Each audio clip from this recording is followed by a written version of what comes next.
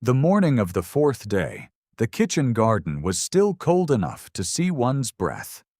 Cecily had been sent to gather the last of the pot herbs before frost took them entirely, and she had worked along the low rows with the same methodical attention she brought to everything below stairs. Not too quickly. Not with the distracted haste of a girl who did not want to be there, but steadily. Her hands careful around the brittle stems of the thyme. She was learning, she had discovered, that invisibility required a specific quality of motion. Too slow, and someone wondered what you were thinking. Too fast, and they wondered what you were hiding.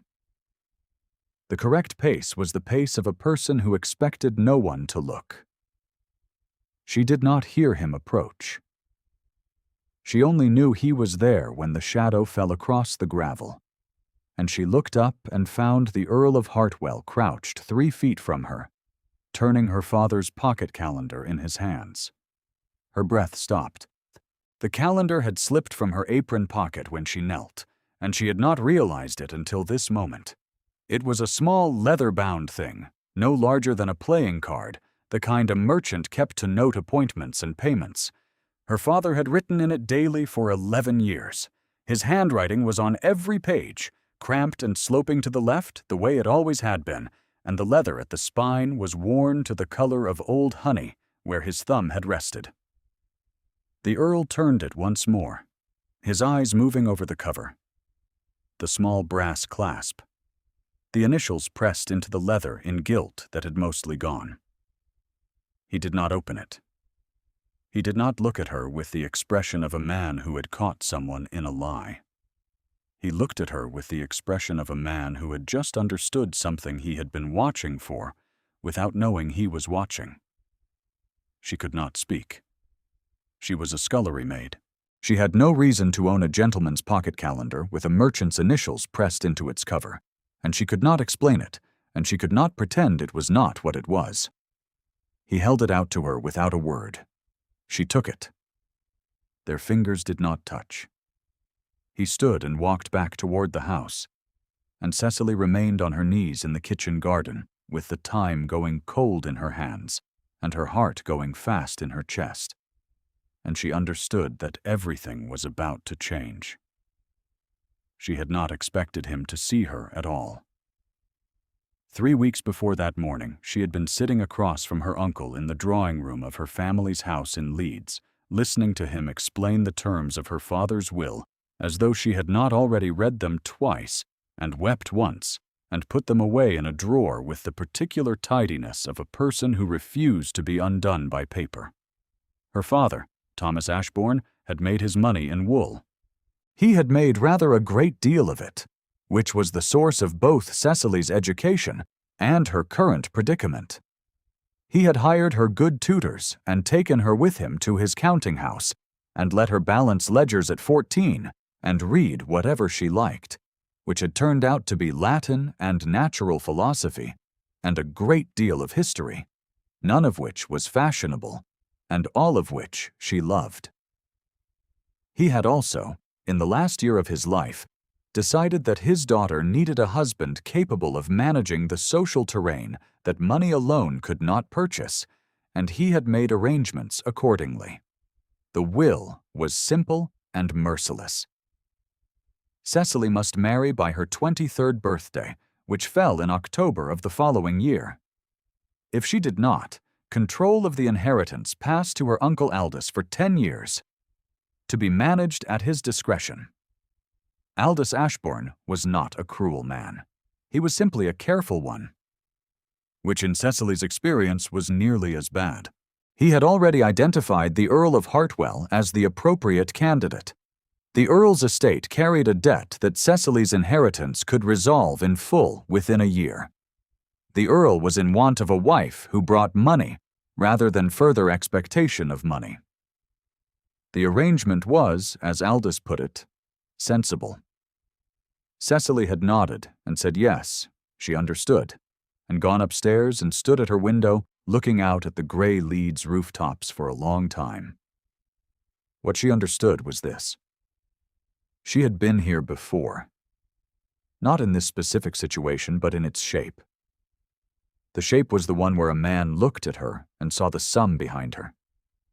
She had been 20 and briefly almost in love with a young man named Parker, who had called her intelligent, and then asked her father a week later whether the mill property was entailed or free. She had been 21 and briefly almost in love with a Mr. Carey, who had held her hand at a piano and then mentioned very gently on the following Tuesday that his family's estate was somewhat encumbered. She had learned to see it coming. She had learned, too, that she could not simply refuse the shape forever. October was not so far away. She had thought, lying awake in the small hours of the night before she was to travel to Hartwell Park, that there was a difference between surrendering to a shape and surrendering without looking at it. She wanted to see the man. She wanted to see the house and the servants and the way things were kept and the way the people inside it conducted themselves when they did not know anyone worth impressing was watching. She wanted to know whether, if he had no knowledge of her at all, she would be the kind of person he noticed. The plan with Nell Briggs had come together quickly.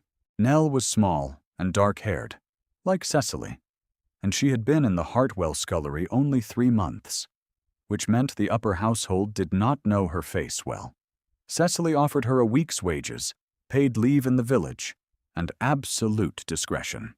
Nell had looked at her for a long moment with the direct, unhurried assessment of a girl who had learned that unusual offers generally carried hidden costs, and then she had said she supposed it was not the strangest thing she had ever been asked, and they had shaken hands on it. Cecily arrived at Hartwell Park in the service cart, wearing Nell's dress and a borrowed cap, while her own trunks were carried in through the front by a footman who did not know where their real owner was. The entrance hall was the first thing she saw properly. It was a fine hall, cream and gold, with a black and white marble floor and a staircase that curved upward in a long, confident sweep that suggested generations of people who had never needed to wonder whether they belonged. She had stood in the servants' entry just off the hall and looked at it through the baize door and thought that the man who lived in that hall had never been uncertain about a room in his life. She was not sure whether that was reassuring or not. Beale, the under-butler, had received her with the expression of a man who had no interest in what you felt about anything. He was somewhere past 50, long and dry as old paper, and he had surveyed her with the efficiency of a customs officer before assigning her to the scullery on the authority of Mrs. Pierce. Mrs. Pierce was different.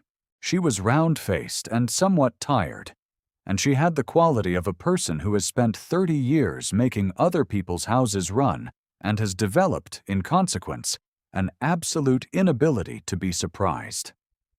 She had looked at Cecily with a slight narrowing of the eyes that suggested she found something not quite right about her new scullery girl, but she had said only, "You'll do," and handed her an apron. Cecily understood that Mrs. Pierce's practical kindness was not a thing to be taken for granted. She took careful note of it. She saw the Earl on her second day. He crossed the back passage at the far end while she was carrying a basin of water, and she had only a moment. A profile against the gray morning light from the passage window, the set of his jaw and the angle of his shoulders, the way he moved with the particular self-possession of a man who had never in his life had to negotiate his own presence in a room. He walked quickly and with purpose, and without looking at her at all. She filed the observation away in the part of her mind that kept ledgers and carried the basin where it needed to go. That afternoon, in the kitchen passage near the wine cellar, Cecily heard Lady Dorothea Mercer speak about her for the first time. Lady Dorothea was 60, and she managed the Earl's household with the authority of a woman who had managed it, in one form or another, for 20 years. She had the kind of voice that carried without effort, a voice that had never needed to raise itself because people had always listened. She was speaking to a footman about the arrangements for that evening, and she said, as an aside so casual, it could not have been calculated. Do tell Beale to keep the scullery girl out of the hall during dinner. We cannot have Miss Fenwick wondering what sort of establishment this is. The footman said yes, my lady. Cecily set down the dish she was carrying before she dropped it. She stood very still in the passage and took one breath and then continued walking. Miss Fenwick. She had heard the name already. Heard it from Nell, who had heard it from the other maids, who had gathered that the house party's principal purpose was to ease the Earl into a decision his aunt had already made. Miss Louisa Fenwick was 24 and correct and connected, and had the kind of beauty that looked well in a drawing room, which was the kind of beauty the drawing rooms of England valued most reliably. Cecily, below stairs in a borrowed dress, was no competition for any of this, which was rather the point of being below stairs. She reminded herself that night that this was what she had come to see. It was on the third day that the Earl began, almost imperceptibly, to look. It started at the wine cellar. Cecily had been sent to inventory the labels for the dinner that evening, which she had undertaken with the attention she gave most tasks, reading each label in turn, matching them against the list in her hand. The burgundy was mislabeled. She could see it at once. The vintage off by 2 years, a clerical error by whoever had kept the cellar last, and she was correcting it on the list when she became aware that someone was in the doorway. She did not look up immediately. She made the correction, blotted it, set the pen aside, and then turned. He stood in the cellar doorway with his coat very correct and his expression very closed, watching her mark the ledger of a wine cellar she had no business being able to read. "The 79 Burgundy," she said before she could stop herself. "It has been entered incorrectly. The correct vintage is 77. She paused. "My lord." He looked at her. She had the disorienting experience of being looked at the way a surveyor looks at terrain, not with appraisal, not with dismissal, but with a kind of careful, neutral attention that assumed nothing and recorded everything. "Correct it," he said, and walked away. She heard his steps on the cellar stair for a long moment after. The next morning, it was the footman's arithmetic. One of the younger footmen, a boy named Thomas who could not have been more than 17, was trying to reckon the accounts for the coal delivery against the amount Beale had authorized, and he had made an error somewhere in the middle that was producing a figure 3 shillings short. He had been at it long enough that his face had gone red, and he was grinding the pencil against the page. Cecily, carrying a pail past the servants' table, paused without quite meaning to, and said, "You have written 8 instead of 18 in the second column," and kept walking. Thomas corrected it and sighed with relief. She did not see who else had been in the passage. She did not know until an hour later, when she was in the kitchen garden and heard the Earl's voice from the other side of the garden wall, asking Beale whether the new scullery girl had been in service long. Beale said he did not think she had, my lord. The Earl said nothing further. Cecily stood very still among the herb rows and felt her pulse at the base of her throat. He did not approach her directly. That was the thing about him that she noted, methodically, in the ledger she kept in her mind. He did not do the obvious thing. He did not question her, did not test her, did not say anything at all that would have required her to answer. He simply positioned himself, occasionally, in rooms or passages where she happened to be, and he looked at her with that neutral, careful attention. And she felt his attention the way you feel a fire when you have been cold. Not all at once, but steadily, from the inside out. Once, when Beale spoke sharply to her in front of the other servants about a dish she had carried wrong, the Earl passed the doorway at that moment and said, without slowing, "Beale." Just the name. Beale stopped mid-sentence. He did not look back. Cecily set the dish down and straightened and said nothing.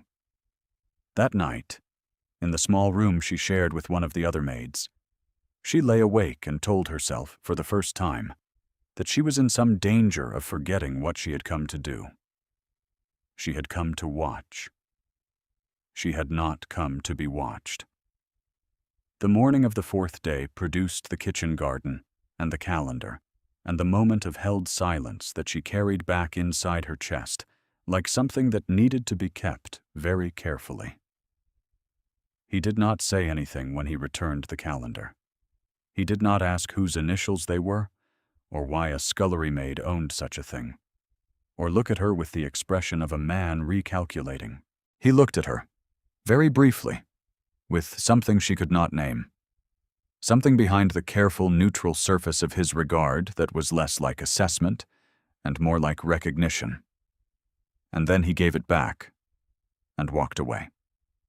That evening she was in the back passage near the servants' stairs when he came through, and she pressed herself against the wall to let him pass, and he stopped. "You should eat something before you sleep," he said. "Mrs. Pierce keeps bread in the kitchen after 7. She looked at him. He was looking at the wall above her head with the posture of a man who was not having this conversation. "Yes, my lord," she said. He moved on. She stood in the passage a long time, her heart doing something she refused to examine, and then she went to the kitchen, and Mrs. Pierce gave her bread and a piece of cold chicken, and did not ask any questions. Cecily thought that Mrs. Pierce might know everything, and had decided not to say so, and she was grateful. It was that same evening, through the half-open door of the study while she was carrying a lamp past it, that she saw the coat folded over the chair. She had not meant to look. The coat was at the edge of her lamplight, and the breast pocket had come open slightly when it was folded, and a small oval miniature lay just at the edge of the pocket, its ivory face catching the light. She could not see the miniature's subject clearly. She could see only that it was old, and that it had been carried a great deal, the case worn at the hinge in the way things get worn when someone handles them in the dark, by feel, without looking. She stood 1 second too long, and then moved on before anyone could find her there, and she thought about the expression he had worn when he returned her father's calendar, and she thought about a coat worn at the breast pocket hinge, and she thought that perhaps she was not the only person in this house who carried someone they had lost. If you find yourself wondering what he carried and what it cost him, stay a little longer. What comes next matters. Cecily stayed. She told herself, on the morning of the 5th day, that she was staying because she needed more information. She had observed the household. She had observed the man, watched him across the distance of their impossible situation, move through his estate with a control that she now understood was not coldness, but the specific discipline of a person who has learned that losing control costs something they cannot afford to lose again. She had observed Miss Fenwick at dinner through the baize door once, the way you observe something through glass, and she had seen a woman who was appropriate in every particular and who looked at the Earl with the polished attention of a girl who had been told all her life she was the correct choice and had come to believe it. Cecily had no quarrel with her. She was not her enemy. She was simply the living proof that everything would proceed exactly as planned if Cecily walked back out through the service entrance and did not return. The second time the label was used, it was Miss Fenwick herself who said it. Cecily was carrying a basket through the back of the morning room, a route Mrs. Pierce had sanctioned because it saved 12 steps in the passage, when she heard, through the door to the breakfast room, a voice she recognized at once saying to someone, "Did you see him stop at the back passage this morning? I cannot imagine what possesses him to concern himself with the scullery girl. It is not like him to be distracted by the servants." Another woman's voice, lower, said something Cecily could not hear. "It is nothing," she said. "I only noticed." Cecily kept walking. She made herself keep the same pace all the way to the kitchen, and she set the basket down very carefully, and she told herself that the observation was useful and not distressing. She had come to observe. She had observed. He noticed her. And she had noticed that he noticed her. And the information was accurate and should be filed accordingly. She did not sleep well that night. She lay in the narrow bed in the room that smelled of tallow and listened to the other maids even breathing and looked at the ceiling and let herself, for the first time, think about what she had been carefully not thinking about for 3 days. She thought about the miniature in the coat pocket, and about the way Mrs. Pierce always waited until the passage was empty before she asked whether Cecily had eaten, and about the footman Thomas, who had looked so relieved when the arithmetic resolved, and about the difference between a house that is managed and a house that is cared for. Hartwell Park was both. She had not expected that. She had expected the efficient machinery of a great estate, run with Beale's dry precision, and she had found that as well. And underneath it, she had found something that surprised her. The people here were, in the main, decent. They managed a great deal on behalf of a man who apparently could not be troubled to tell them so, and they had kept on because they understood that he kept on too, in his own way, without asking to be seen doing it.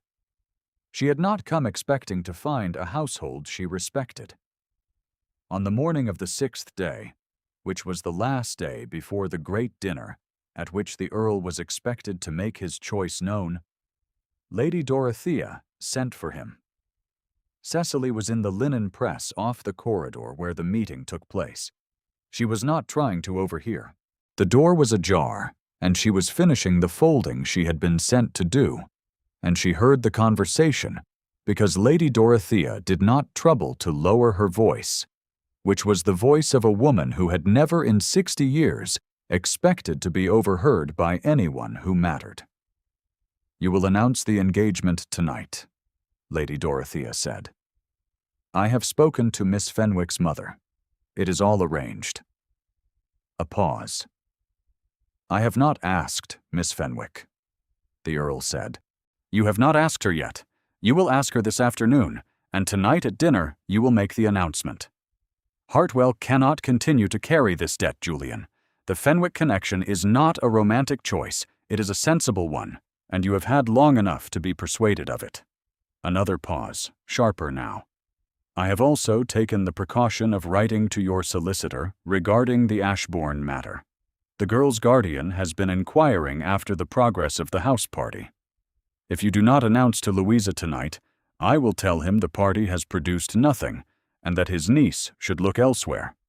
The girl will lose a full year. She is not our concern. Miss Fenwick is our concern. Louisa is correct and well-connected, and she will not embarrass you. The scullery girl has nothing to do with this house." The door to the room opened and closed. Cecily stood in the linen press with a pillowcase in her hands, and understood that Lady Dorothea knew. She did not know how much. Whether she knew Cecily's name, whether she knew the extent of the deception. But she had used the phrase with a deliberateness that had nothing casual in it, and she had timed it so precisely that it was impossible to call it coincidence. She had used it as a dismissal, final and complete. Cecily put the pillowcase down. She put it down very carefully on the shelf, in the right place, because it was not the pillowcase's fault. And she smoothed it flat. And then she stood in the small close room and did what she had taught herself to do when the shape of a thing became unbearable. She thought about it clearly rather than feeling it, because feeling it would not change it. The shape was this. The Earl would announce his engagement to Miss Fenwick tonight. He would do it because it was sensible. He would do it because his aunt had arranged it, and because there was no reason, from where he stood, not to. He did not know who Cecily was. He had been watching a scullery maid who read wine labels and corrected arithmetic. And whatever he had seen in her, whatever had flickered behind that careful, neutral regard, it was not enough to alter the course of a sensible decision. She should not have stayed as long as she had. She went to the servants' quarters and found the canvas bag she had brought below stairs with her, which contained her own dress and her own gloves and her father's pocket calendar, which she tucked in very carefully because it was the most valuable thing she owned. She dressed in the small room that smelled of tallow and old linen, working the buttons of her own gown with fingers that were steadier than she expected, because she had been practicing steadiness for most of her life, and it did not fail her in moments like this. Only in the other kind of moment, the kind where steadiness was not strictly necessary, had it ever let her down. She sat for a moment with the calendar in her hands and looked at the wall opposite, which was very plain and very still, and she said to it, silently, that she had known what the week would produce, and she had produced it. And there was no reason to feel the specific cold that was sitting in her chest in the place where something warmer had briefly been. Her father had written, in the very last entry before he died, the date of a dinner he had meant to attend, and a note beside it. See, ask her. She had never known what the question was meant to be. She had kept the calendar because she had hoped, sometimes, that she would find out. She took out the paper she had brought and wrote the Earl one line. She did not sign it with her name, because her name would require explanation, and explanation would make it a transaction, and she did not want it to be a transaction. She wrote, "Thank you for returning what was mine." She folded the paper and left it in the kitchen garden, weighted with a stone, in the place where the calendar had fallen. Then she took her bag and walked to the front of the house and stood in the entrance hall, intending to call for a carriage, and was met instead by Julian Mercer. He was standing in the middle of the hall with her folded note in his hand, which told her that he had been to the kitchen garden before he came here, and that he had come quickly. He had come from the direction of the servants' stairs rather than the main staircase. His cravat was not quite straight. He looked, for the first time since she had seen him, like a man who had been in some haste. She stopped. She was in her own dress and her own gloves, and she was quite obviously not a scullery maid. And they both understood that the week was over. He looked at her for a long moment. "You were going to leave," he said. "I heard your aunt," Cecily said. "I believed you would comply. It is the sensible choice." "Yes," he said.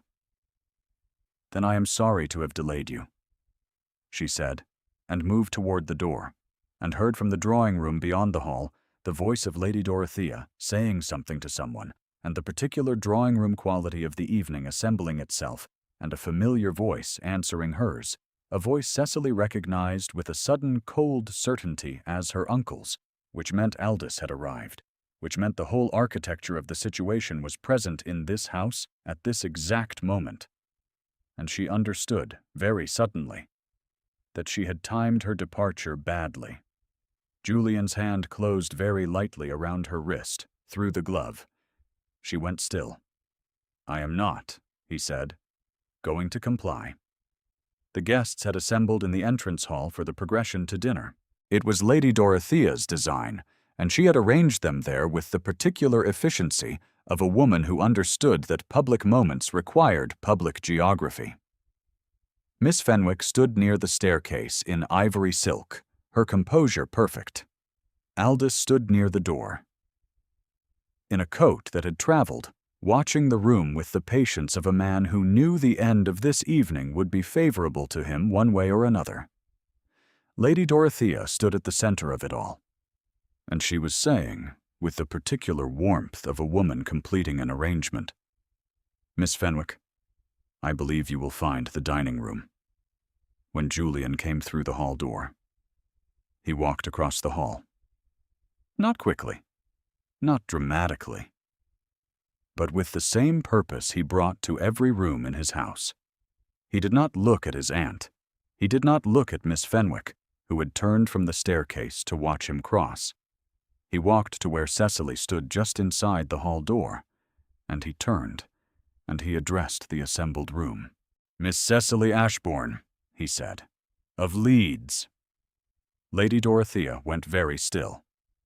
"She is no scullery maid," Julian said. "She is my intended." The words fell into the hall with the weight of something that could not be unmade. 9 words, 2 sentences. The crowd received them in the particular silence of a room that has been watching something build and has now watched it arrive. Cecily stood very still. She was aware of the hall with a strange physical precision, the way one is aware of things when the body has been asked to absorb too much at once. The cold of the marble floor through her slippers, the warmth of the lamp above the staircase, the faces turning toward her from the edges of the assembly, some with surprise, and some with the particular expression of people revising something they had already concluded. Mrs. Pierce was visible at the far edge of the hall, near the door to the kitchens, and the look on her face was the look of a woman who had suspected the whole week and had said nothing, and was now being told she had been right to say nothing. Miss Fenwick looked at him for a long, clear moment, and then she looked at Cecily, and her expression was not wounded. It was the expression of a woman who has been told she was the correct choice so many times that she had forgotten to wonder whether she had wanted to be, and who had just been given, unexpectedly, the chance to wonder. She turned back to the room and said nothing further. She was too well-bred to be cruel and too intelligent to be fooled, and she withdrew from the center of the situation with a grace that Cecily would remember later with something very close to respect. Lady Dorothea said, "Julian," in the voice of a woman who had managed a room for 30 years and intended to manage this one. "I have already spoken to Mr. Ashbourne about the terms," Julian said, which was not yet true, and which was also the most necessary thing anyone could have said in that moment. He had not spoken to Aldous yet. He was going to. The announcement preceded the negotiation, because the announcement could not be reversed, and the negotiation was therefore, by definition, about terms and not about outcome. Aldous looked at him across the hall. He was a careful man, as Cecily had always known him to be, and he recognized the geometry of what had just occurred. His niece had produced a better match in 1 week than he had arranged in 3 months, and the Earl of Hartwell was a better outcome for the Ashbourne inheritance than any creditor could have hoped for. And his own leverage, the deadline, the clause, the arrangement, had just been overtaken by events in a way that left him precisely where he had always expected to end up. "Then I am glad to hear it," Aldous said. "Aldous." Lady Dorothea said nothing further. She said nothing for a long time, which was itself a thing Cecily would not have expected of her. And when she did speak, it was to Mrs. Pierce, and what she said was that dinner should proceed, and there would be an additional cover. Cecily was looking at the floor of the entrance hall. It was the same floor she had looked at through the baize door on the first day, and it was the same cream and gold room, and she was standing in it now, in her own dress, with her own name on the air. And Julian Mercer was standing beside her, with a posture that was not touching, and did not need to touch, because the whole geography of the room had just rearranged itself around them. She looked up at him. He was looking forward, at the room still settling, with his jaw set and his expression entirely composed. A man who had said the necessary thing and had no intention of qualifying it. She thought, he did not know who I was, the whole week. He had watched a scullery maid who read Latin and corrected arithmetic and carried a dead man's calendar, and he had looked for her in corridors at dusk and told her to eat something in the way that people give commands when they do not yet know how to give care. And he had walked across a hall full of witnesses to name her when he could have named someone else. And he had not once asked to be thanked for it. She thought. He saw me. The library was quiet that night. The guests had dispersed by 11, and Lady Dorothea had withdrawn with the dignity of a woman who would require some days to rearrange her understanding of the situation, but who would manage it, eventually, because she was the kind of person who managed things. Aldous had spoken with Julian's steward for 3/4 of an hour in the study, with a second glass of brandy and a great deal of paperwork, and the evening had resolved itself in the way that evenings resolve, when the central decision is already made and everything else is procedure. Cecily found the library because it was the one room she had not been permitted to enter below stairs, and she had wanted, from the first day, to see it. It was everything the house implied it would be.